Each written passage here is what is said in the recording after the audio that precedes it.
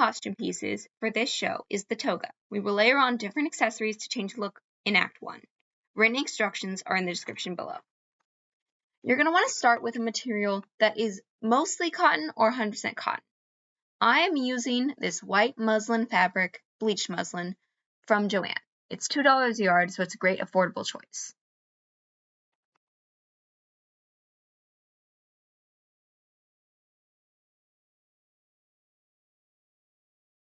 To measure, you're going to want to take a fabric measuring tape and measure from the top of the shoulder to the ankle. I'm showing one way to do this using my body. I'm putting the small number, the 1, and using that as the base, anchoring it down by my foot, and looking at the number by my shoulder. Note, it's going to be easier to measure on somebody else than it is to measure on yourself. So here you can see I took my measurement, and I got about 51 inches, flipping it around for the camera. I'm also going to measure using the mannequin to show how you'd measure on someone else. In this case, I'm going to take the small number, the 1, and put it at the top of the shoulder. On top of the shoulder, not next to the shoulder, on the very top. And I put the shoes there to represent feet, measuring down by the ankle. That's going to be easier and more precise to measure this way, so I recommend you do it that way. So my shoulder measurement was 51 inches. You're going to multiply that times 2 to figure out your number, so that's 102 inches. You then have to take 102, that's my measurement, whatever measurement number you get, and divide it by 36, and this is going to help you determine how many yards you need to purchase.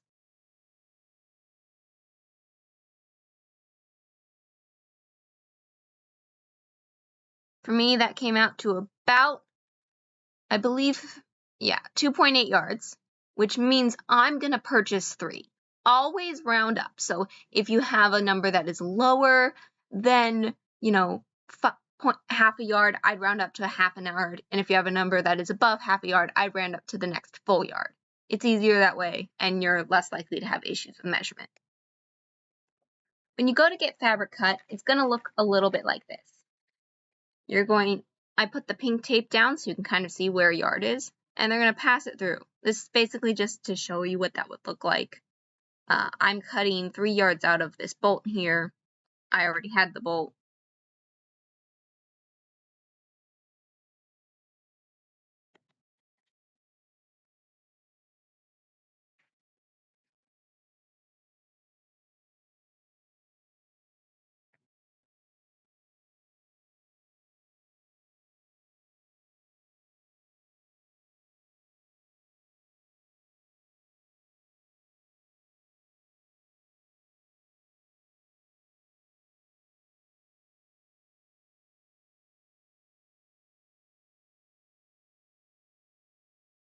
Okay, this next step can be a bit tricky. We're going to have to cut the material in half. You can lay it out on the floor or a table. I'm using a table because it's easier to film, but my preference is usually the floor. So basically, take the material, open it up, and then match your corners together.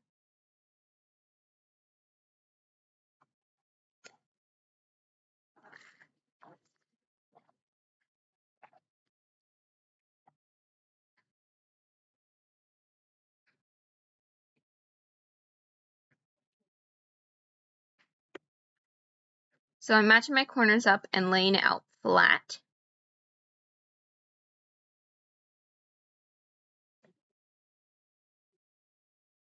Trying to get this smoothed out, and I'm looking at my corners at the top and at the bottom to make sure that that is flat.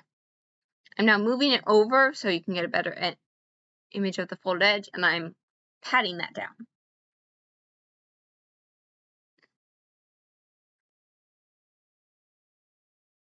So I'm just pressing the edge down with my hands.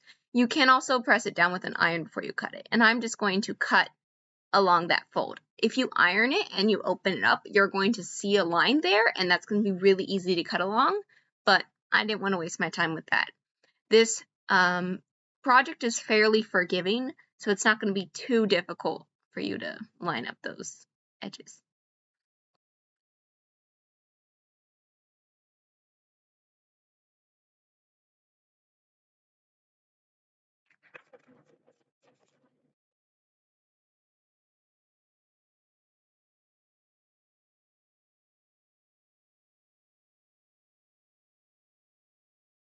So now you're going to see me measuring my head, and I'm going to use this measurement to determine how big the head hole is.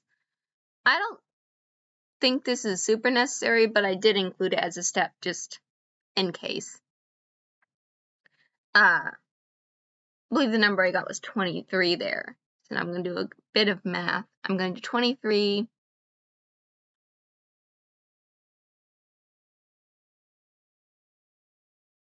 and then I added 2 for wiggle room. I don't think I needed to do that. Don't add 2. That's what I did. It was wrong. Don't do that. Just do the number itself. So I did 25, but the math is still right. Just don't add 2. So divide that number in half, and that's going to give you your measurement.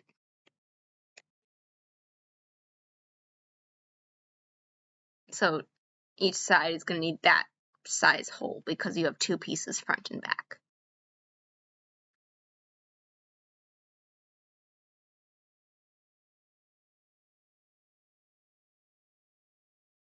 So I got 12.5 inches for each side.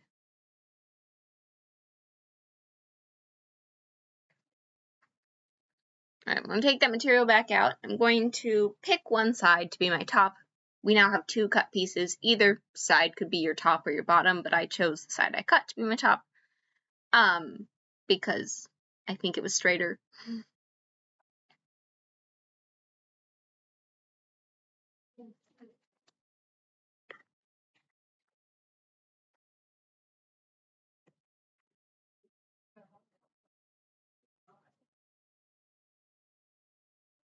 So I'm folding that material then in half along the long way to help me find the center of the 2 pieces. I'm then taking a pin, if I remember correctly. Yeah, I'm grabbing a pin, and I'm pinning in the middle of the fabric so I can find the middle to line up where to put my neckline. And I'm pinning through both pieces of fabric. So you can see I'm going to hold that up and show you. Okay, now it's time for me to measure. So I had 12.5 as my measurement, which means I need to line up my measuring tape with the pin at 6 1/4 inches. That way it matches. I am then using a pin at 1 and a pin at 12.5 in order to show how big my neckline needs to be. And that's how I'm doing it. You could also mark this with tailor's chalk or a fabric marker, but I used a pin because it was faster in this instance.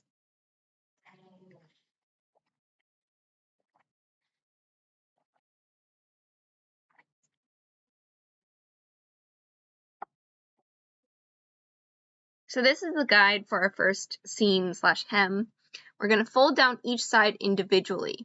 So you can see kind of me doing that. It's going to be at about 1/2 inch is what I chose to do, and I think that worked really well.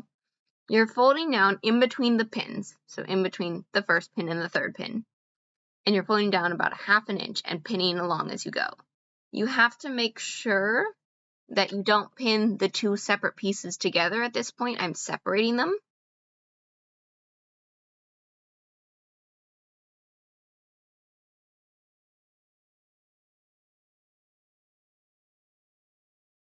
And also you have to make sure, because they are going to be mirrors of each other, because they are front and back, that you are pinning them in the 2 opposite directions. So you can see that one got folded over this way, but this other piece will be folded over the opposite direction.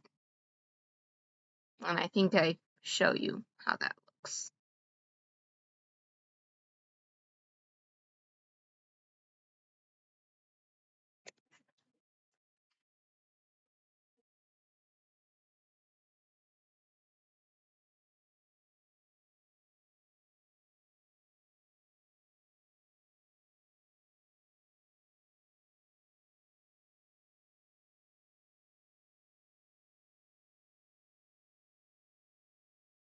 See, it's on opposite sides. Okay, I'm going to put this into the sewing machine now. I recommend a straight stitch with all-purpose thread, white all-purpose thread on the white material.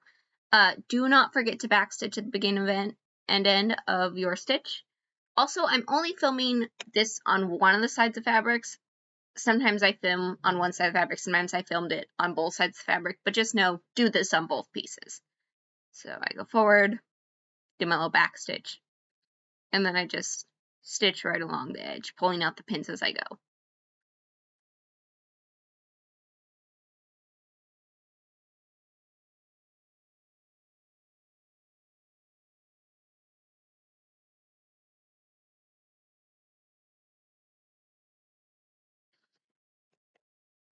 As a little note, it's better to sew with the bulk or larger amount of fabric on the outside of my machine, as you can see I'm doing here. If you have it put on the inside, it's going to get stuck and be kind of annoying.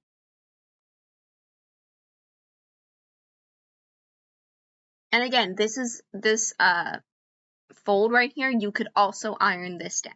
There's a lot of points where you could do some ironing. And on a more detailed and intense project, I would do ironing there. But for the sake of this project being quick and easy, I didn't iron. But you definitely can, because sometimes that can make it easier for you. Depends on how you prefer to sew.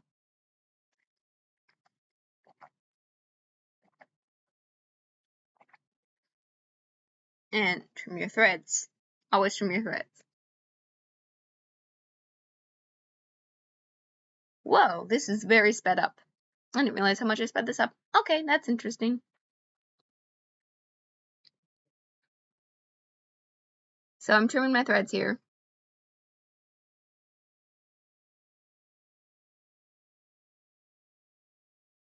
And basically now we have those two parts and those are our neck. So I'm going to pin together the folded down edges, or line up the folded down edges. We're actually going to pin together the unfolded parts, and that's going to actually become our shoulder seam. So the parts that we hadn't sewn on the top of the fabric, we sew together like that. You can kind of see there. And we're going to pin those down, pin the two pieces together, not separately this time.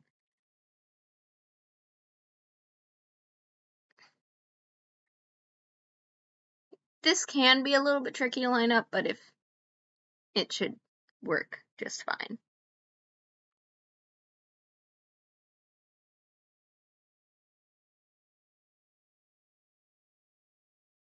I don't know why the camera is like zooming in and out. Maybe I'm bumping it? Don't know. So I did one side and now I'm doing the other.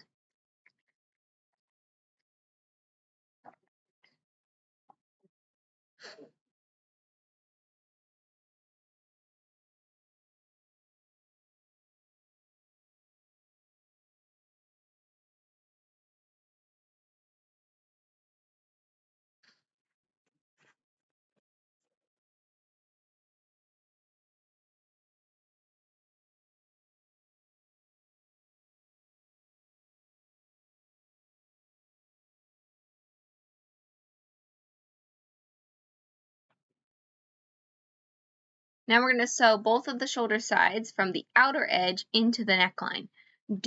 Be careful, do not sew the neckline together. That needs to stay open. Backstitch at the beginning and end of your seam, as that's almost always true to backstitch, except for when it's not.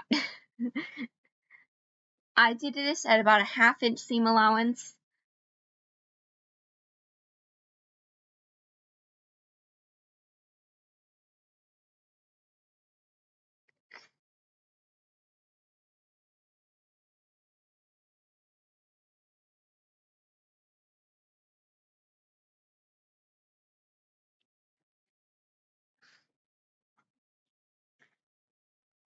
I think my pedal is doing something weird here, that's why I'm not sewing.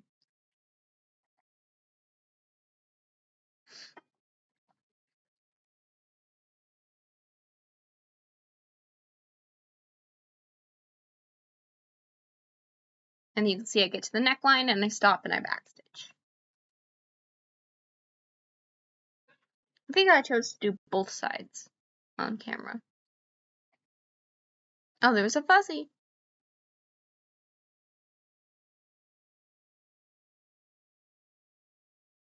It's funny, this is my first time seeing what it actually looked like on camera.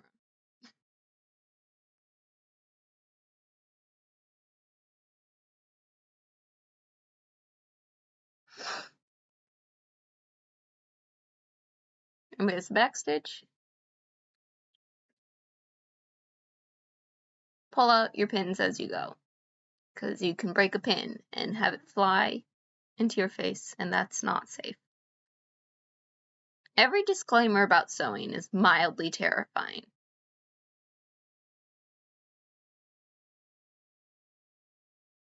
You can see it reach the neckline and then backstitch at the end. Trim your threads. Now I'm going to show you how to measure for the armholes. So I'm measuring again from the very top of the shoulder down to kind of where the armpit is. I think it was 9, 10 inches. And I'm showing you on the mannequin first, and I'm showing you on myself. And once again, this will be something that will be easier on someone else. Look at all those threads on my coat. Also, it's a different day. I'm wearing new clothes. What did I get, 10 or 11? 11 inches. Can't remember what I ended up going with, but I think I did 11. So measuring down from the shoulder seam down to 11 inches, and I'm going to mark that by folding it over and plopping a pin in. And I'm going to do this on all the sides. So you can see there's the shoulder seam right there.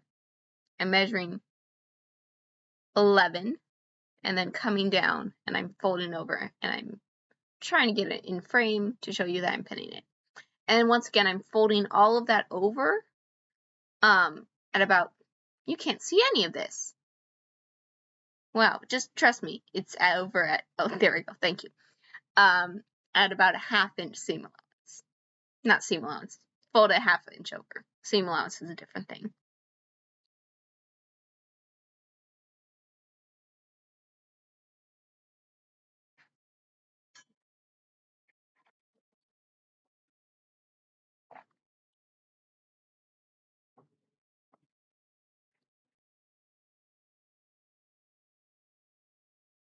So we have that whole side pinned, and we can do the other side.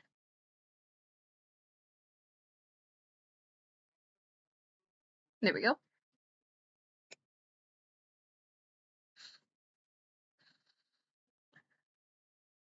So 11 inches down, and then I'm going to fold up about 1/2 inch, give it a pin.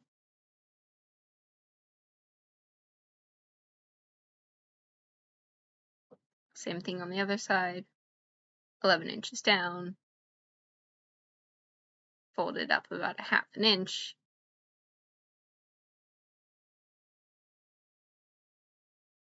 Give it a pin, and then pin all the way.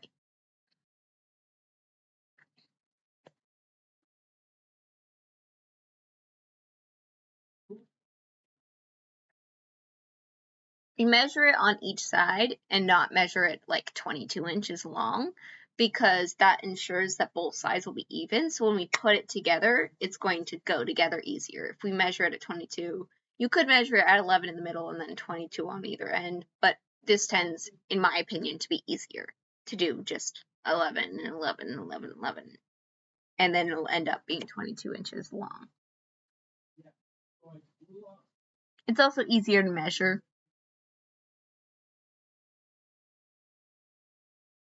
There's thread stuck on my pin. Am I gonna move that? Nope. So, popping this into the sewing machine, and I'm starting all the way from the top of where I pinned down to the bottom of where I pinned. So I'm sewing down from the top of where I pinned down to the end of where I pinned. And I'm going to do a back stitch at the front and back. Now, after this step, I'm just stitching it down here. After this step, I'm going to do something that is technically not necessary, but I highly, highly recommend. I'm going to put in some little tiny slits at the side seams. And what this is going to do is this is going to make it way easier to move in the toga and to dance in the toga, and it's just really going to make a lot of things easier. So that's what I'm going to be measuring next, but I don't have anywhere else to explain that that's where I'm measuring it, so I'm explaining it here. As you can see, I'm just sewing down. And you can see behind the sewing machine is just a tiny little ear. That's my assistant. He will be showing up shortly.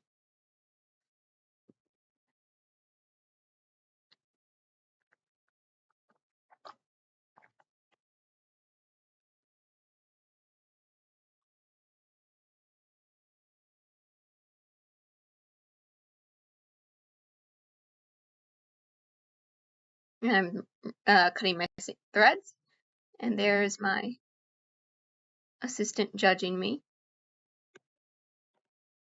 Okay, now am I measuring for that side slip that I mentioned. So I'm going to be measuring from my ankle to about mid-calf. You can make this as high or as low as you want, but I recommend about mid-calf. Do not go higher than your knee. That'll be too high. So I'm just measuring this on myself. I'm not going to show it on a mannequin because my mannequin does not have ankles or calves. So I can only show it measured on me, but it would also be easier if someone else measured it. Will I show that? Wow, there we go, 10 inches. So my measurement was about 10 inches. Now here, I'm just taking a second to cut the bottom edge. I saw that it was a little long for me and it was a little crooked, so I'm just recutting it. This is a good time to kind of look at the length of your toga and see if it's too long and if the end needs trimmed. And so that's what I'm doing there. It's just kind of trimming that up.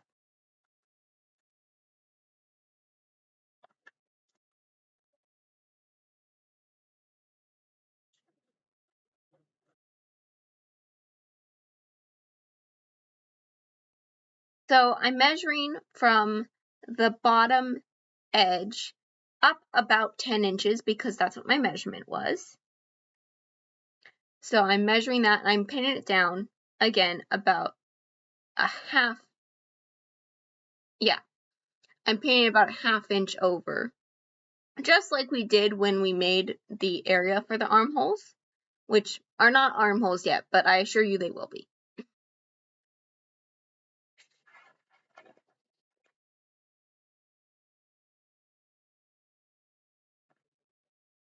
So I'm pinning it over. And again, this is going to be very similar to what we did with the neckline, very similar to what we did with the armholes. My arm keeps getting in the way, so you can't really see what I'm doing, but you can kind of see whenever I'm grabbing a pin.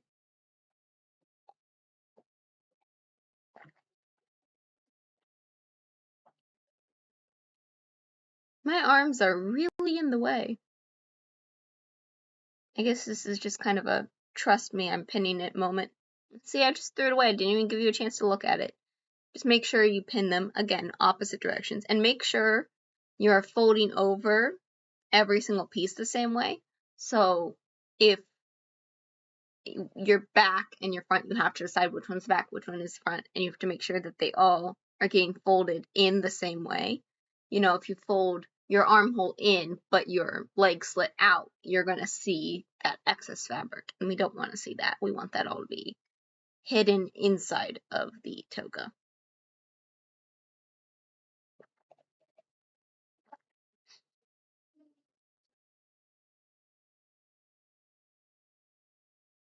And maybe you can kind of see what the finished edge looks like. And again, do this on both sides. I'm just showing you one side because that takes way too long. So now I'm going to sew from my top of my pin section down. Again, straight stitch. Again, back stitch at the beginning and end. Same thing as every other step.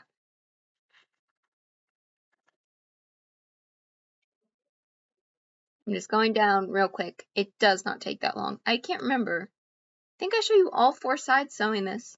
Don't know why this particular. Probably because it went so fast. This really doesn't take long at all.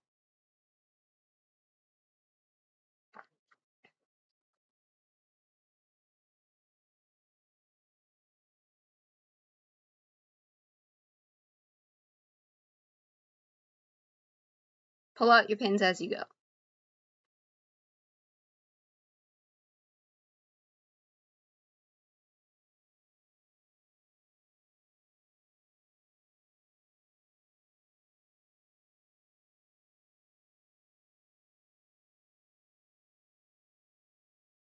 Cut your threads.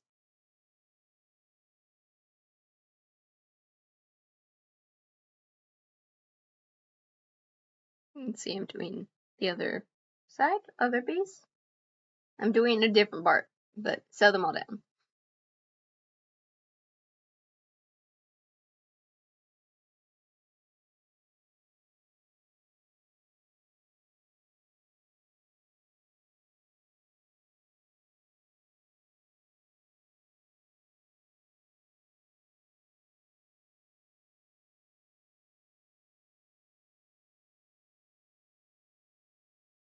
And I believe this is the last of the little side slits.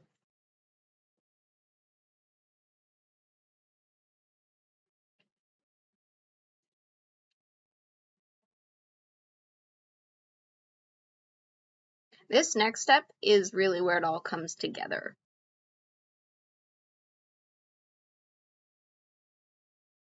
So what I'm going to do up here is I'm now going to pin from the bottom. I don't know if that's the armhole or side slit because I can't really see, but in between where you made your side slit folds and your armhole folds, we're going to pin that down all the way down from underneath where the armpit folds are to where the side slit folds are. And that is going to make the side close. That's how we're going to close up our sides. And that is going to turn those folds over into our armhole and into our side slit. Don't sew over the armhole and the side slit though. So it's basically the same thing we did on the top of the shoulders, but now we're doing it on the sides of the toga.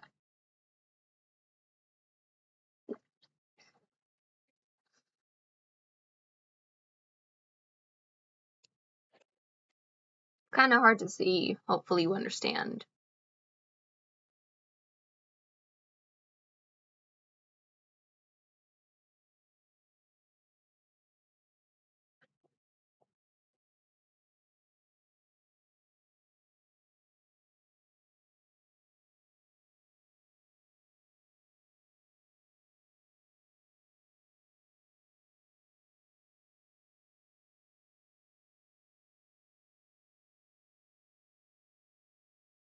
Oh, this is my other assistant who is also judging me.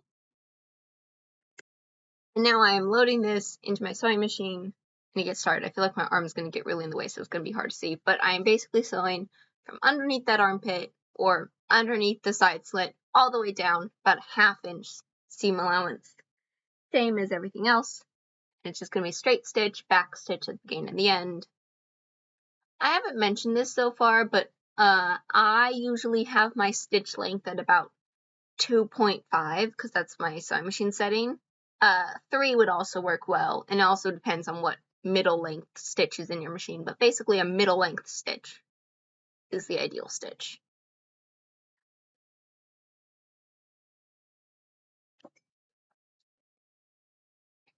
So I'm just sewing through this. Long straight stitches.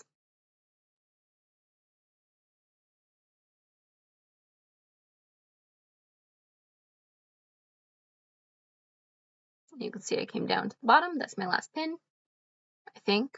Yes. So I'm making sure that's all lined up and smooth. You want to be careful not to sew closed your openings. So your side slit and your armhole. You don't want to sew those closed. I'm cutting my threads. Then I'm going to do the other side.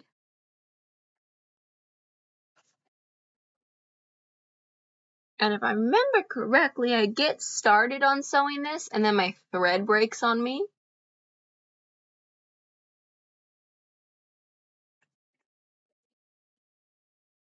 And see, I get started here. You can see I stop. You can see I'm looking for the thread.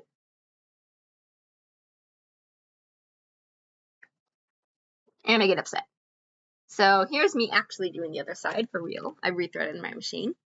It's fine now.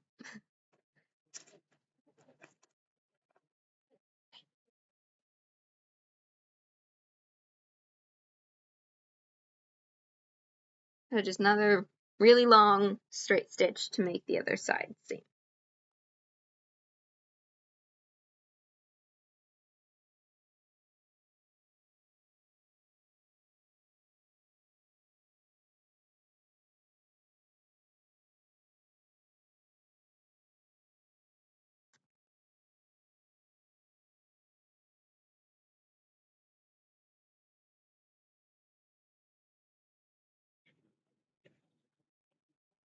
And then you can see I get to the bottom, being careful not to sew over that opening.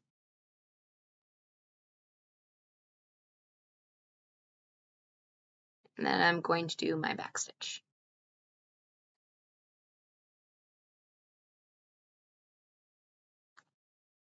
Okay, now it is time for the bottom edge.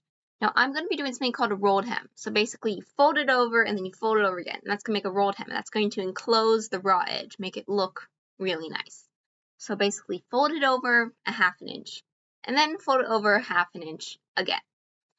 There are also presser foot. There's a rolled hem presser foot you can use that will do this automatically, but this is what I chose to do here. And again, this is another step where you could bring out an iron and iron it down for each of this. And it can make it easier, but for me, I was going for speed. And I'm pretty well acquainted with a rolled hem. I do it on almost all of my projects just because it's nice. It looks nice and it's easy. So definitely do a rolled hem on the bottom. And do this on both sides, the front and back.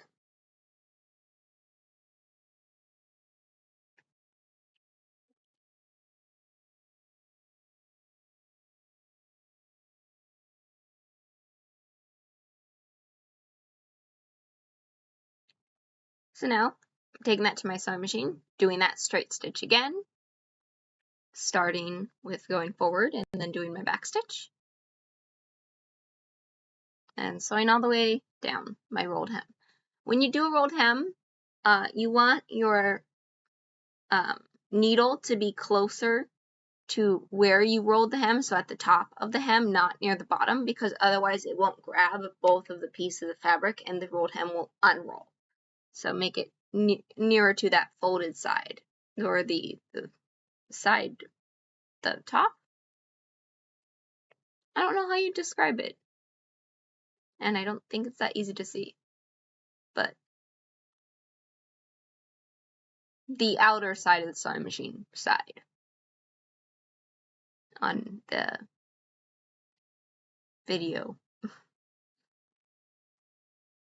So I'm just sewing that down, and again, this is a lot of long straight stitches and folding, but it's really not that complicated of a project. You could get this entire thing done in like one day. It took me 2 days because I had to film. Everything takes longer when you have to film.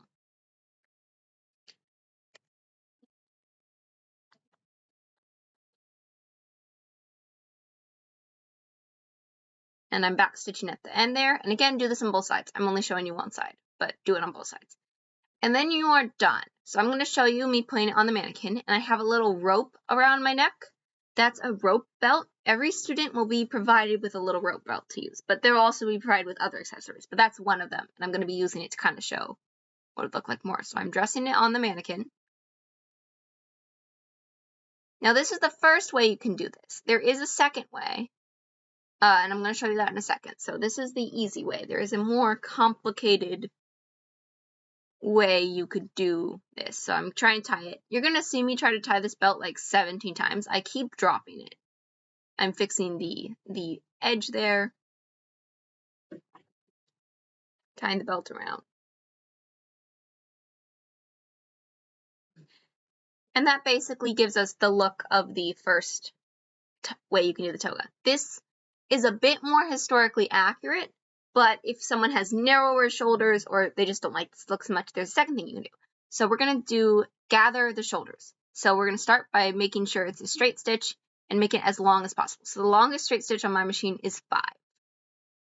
So now, right where we did that shoulder seam before, we're going to take it and we're going to do this really long straight stitch. So we're going to back stitch at the beginning. We're going to take these long stitches and go along our shoulder seam we made before. Now this is very important. Do not backstitch at the end. This is the only time you do not backstitch, in my case, is when you gather it. So instead of backstitching, you're going to pull the threads out of your machine, and you want really nice long threads. You can see I'm getting really nice long threads because we're actually going to pull on those. So there's my long threads. Now we're going to bring this over to the table. You're going to pick one of those long threads. So there should be two, and you don't need to find both of them. You can see I have both of them. It's kind of hard to see, but you can kind of see it. And you're going to pull on one of them. And that's going to allow you to gather it. So you want to gather this, if you're choosing to do the gathered look, as tight as you can.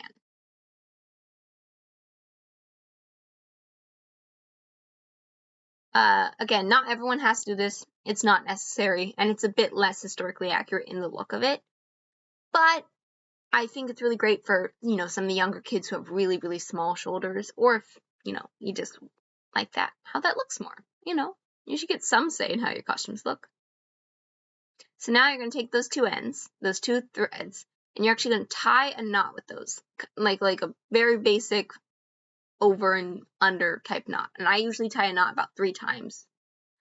You can do it more. You can also take the knot after you tie the over and under knot. You can take them together and tie a knot in both of them at the same time, if that makes any sense. Different people do it different ways, but I just do it like that, and then I cut the threads, and now that's gathered. So I did that to both sides, and I'm going to put it back on the mannequin again, so you can see what it looks like with the gathered shoulders, or the ruffled shoulders, however you wish to say it.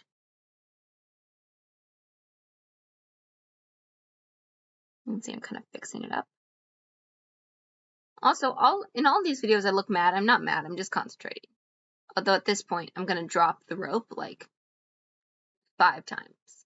There's 1. I actually don't remember how many times it is. Try again. Then I can't seem to tie it for the life of me.